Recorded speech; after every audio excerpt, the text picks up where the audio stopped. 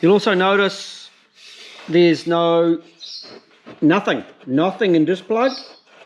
That's because even though there's an auto on the back, it thinks this is a manual, okay? And there's no immobilizer. This is one of the ECUs that doesn't have an immobilizer in the VVTs. The VVTi engines, no immobilizer in this one.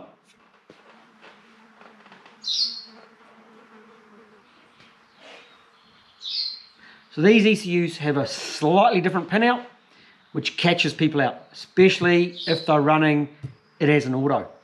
Ask me how I know. Yeah, I've got it wrong, but I've learnt from my mistakes. So it's no longer a mistake, it's now a choice if I wire it like that. But I don't, because I know that's not how they're wired.